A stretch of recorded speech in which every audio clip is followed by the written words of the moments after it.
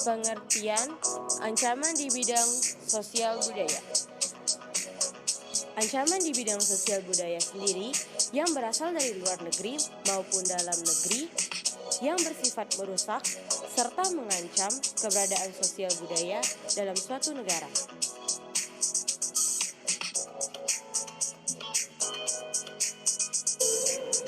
Bentuk ancaman dari dalam negeri adalah masih kurangnya kemampuan bangsa dan masyarakat dalam mengolah keberagaman budaya lokal seperti kemiskinan, kebodohan, dan ketidakadilan.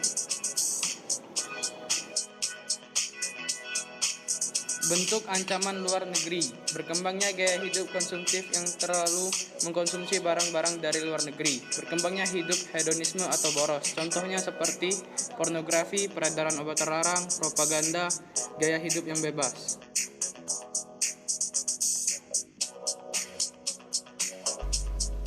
Seperti yang sudah kita ketahui, pengaruh sosial dan budaya dari luar sangat besar berpengaruh terhadap kehidupan sosial di Indonesia, terutama dari negara-negara barat seperti Amerika.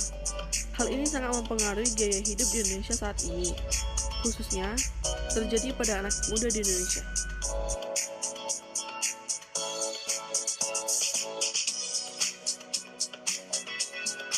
Faktornya adalah kurangnya budaya lokal dan digantikan dengan budaya lain, dan globalisasi yang mendunia.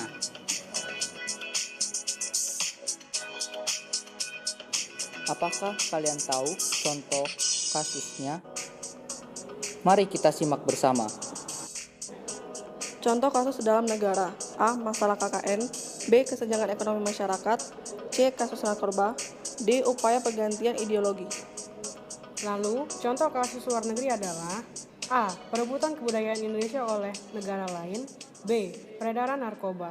Strategi apa yang dapat kita lakukan agar kehidupan sosial budaya kita tidak terancam?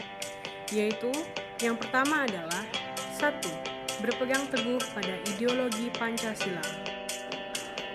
Yang kedua adalah membuat kebijakan wajib belajar selama 12 tahun. Yang ketiga, memperbanyak lapangan pekerjaan dan membina pengangguran agar dapat berkompetensi. Yang keempat adalah meningkatkan rasa cinta tanah air atau patriotisme. 5. Memberantas peredaran obat-obatan terlarang dan minuman keras. Yang keenam, memblokir situs-situs negatif seperti contohnya pornografi. Yang ketujuh, menggunakan produk-produk dalam negeri sendiri. 8. Melakukan pagelaran budaya di Indonesia.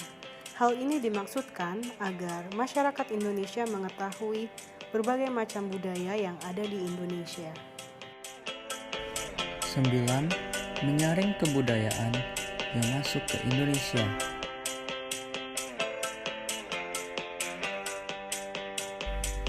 10. Berusaha memelihara keseimbangan dan keselarasan fundamental.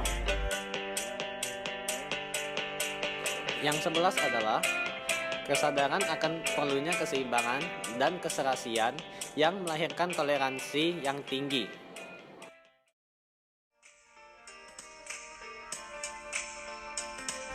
Jadi, kesimpulan dari penjelasan kami adalah suatu negara tentu saja akan mengalami berbagai ancaman, seperti contoh ancaman di bidang sosial budaya. Hal ini tentu saja akan mengancam keamanan negara. Maka dari itu, diharapkan strategi yang telah kami sampaikan dapat diterapkan dalam kehidupan sehari-hari. Bukan hanya pemerintah saja yang harus bertindak, melainkan kita sebagai salah satu masyarakat ikut serta dalam menjaga keamanan dan pertahanan negara.